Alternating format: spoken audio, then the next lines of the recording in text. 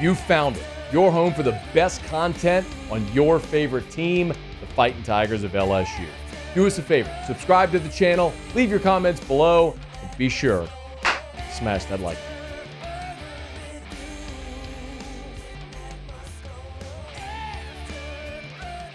When Brian Kelly met with reporters on Monday, he did give an update, an injury update, and part of that was Chris Hilton and Kyle Parker. Hilton, of course, playing the X, the out wide boundary receiver, and then he was replaced by Kyle Parker, who then had the UCL injury. Here was the update from Brian Kelly.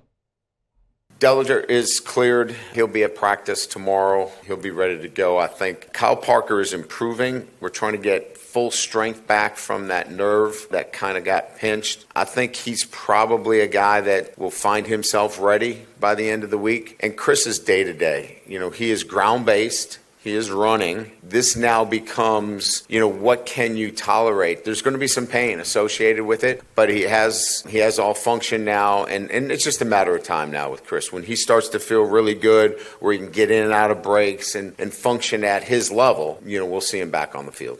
Function at his level is a key part of that.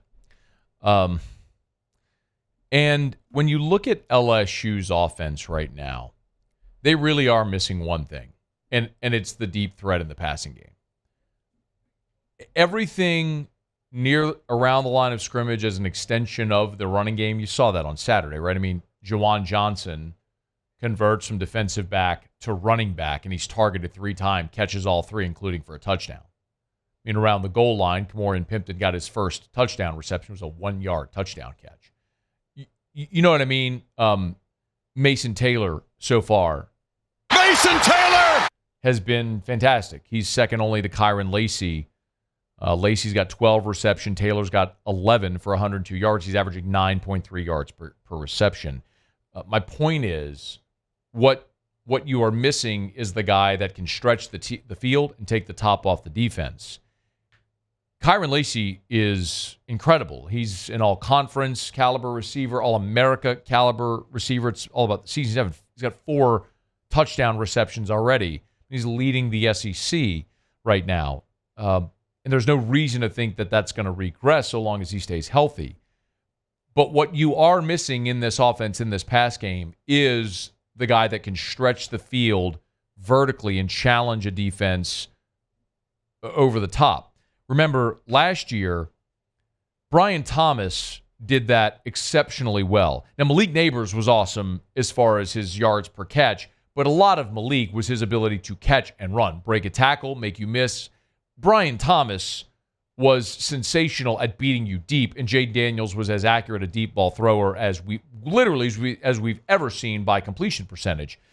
Jay Daniels in his Heisman season completed 72% of his passes.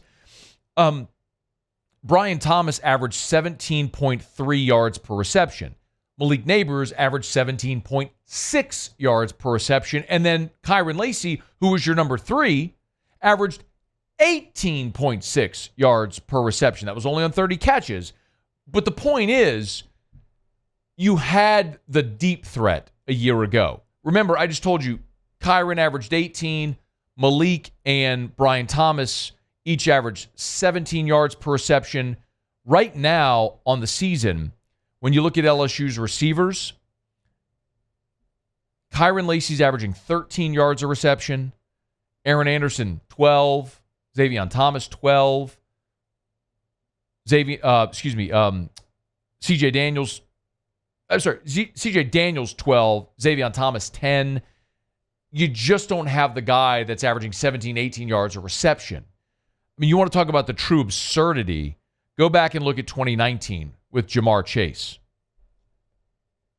Jamar Chase averaged 21.2 yards per reception. Let me say that again slowly so you get it. Jamar Chase, who caught 84 balls, averaged 21.2 yards per reception. Justin Jefferson caught 111 passes, averaged 13.9. Yes, the absurdity knows no bounds of that season. Racey McMath that year averaged 16.8. Terrace Marshall, 14.6. That's why they're the greatest offense in the history of college football. But even a year later, look at Kayshon Boutte, in his freshman season in 2020, when he really started to pop late, Kayshawn averaged 16 yards per reception. Jere Jenkins, 17 yards per reception. You don't need to remember the numbers or the names or anything. I'm only illustrating that in all of those offenses, you had the receiver averaging 17, 18 yards a reception. You don't have that right now. Kyren has been magnificent, but you need the guy who can stretch the field. That's Chris Hilton, and he's been injured. So after Chris Hilton, you thought it was going to be either Shelton Sampson or Kyle Parker. Kyle Parker wins that job, and then Kyle Parker's injured. That's why last week Brian Kelly was so adamant they had to get Shelton Sampson ready to go. And they targeted Shelton on a deep pass the fourth play of the game. Nuss just threw him out. He caught it. He was just out of bounds. Nuss threw him out of bounds. But you got to get that element into your offense, especially if teams are going to commit to stacking the box and stopping the run. Then you got to be and you're going to commit to throwing the ball, right? Checking out like we've talked about. You got to have that element to be able to stretch the field. So you need Chris Hilton back, or you need Kyle Parker healthy, or you need Shelton Sampson to step up, because it's the thing in your passing offense right now that you're missing. And Brian Kelly sort of elaborated a bit more on how they're going to handle that wide receiver 2 after Kyren Lacy. Yeah, and I think there's going to be more to come. We just talked about Chris coming back. Kyle Parker's going to get in the mix here before it's all said and done. I really think that as we keep going, I know I talked about Sampson, but, we got to, there are the little things that he's got to continue to work on, but he's going to get some touches before this season is out. So I just think that there's more guys. As you know, Taylor's having a monster year for us right now, and I think that's going to continue. He's on the pace right now, Garrett, to throw between 45 and 50 touchdown passes. If we can continue that, if teams want to play us the way they are, he's a very talented quarterback, and we've got a lot of depth at the wide receiver position. They've got a ton of depth that's undeniable. Aaron Anderson was a 5-star. Xavion Thomas led Mississippi State in receiving a year ago. He's a role guy. He's special, and he's a great returner, but he's playing a role. He's not going to be your number one. You've got depth and talent and all that stuff. What you're missing right now is the stretch the field guy. That's Chris Hilton. That could be Kyle Parker or Shelton Sampson, but you got to get Chris Hilton back.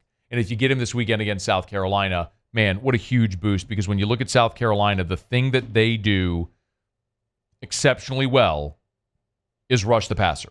Their front is very active and very good. You're going to hear as this week goes along, I am not very high at all in South Carolina's offense. They're not good. Lenore Sellers is not a good player yet. He could be, but he's not right now. Their skill guys are not very good.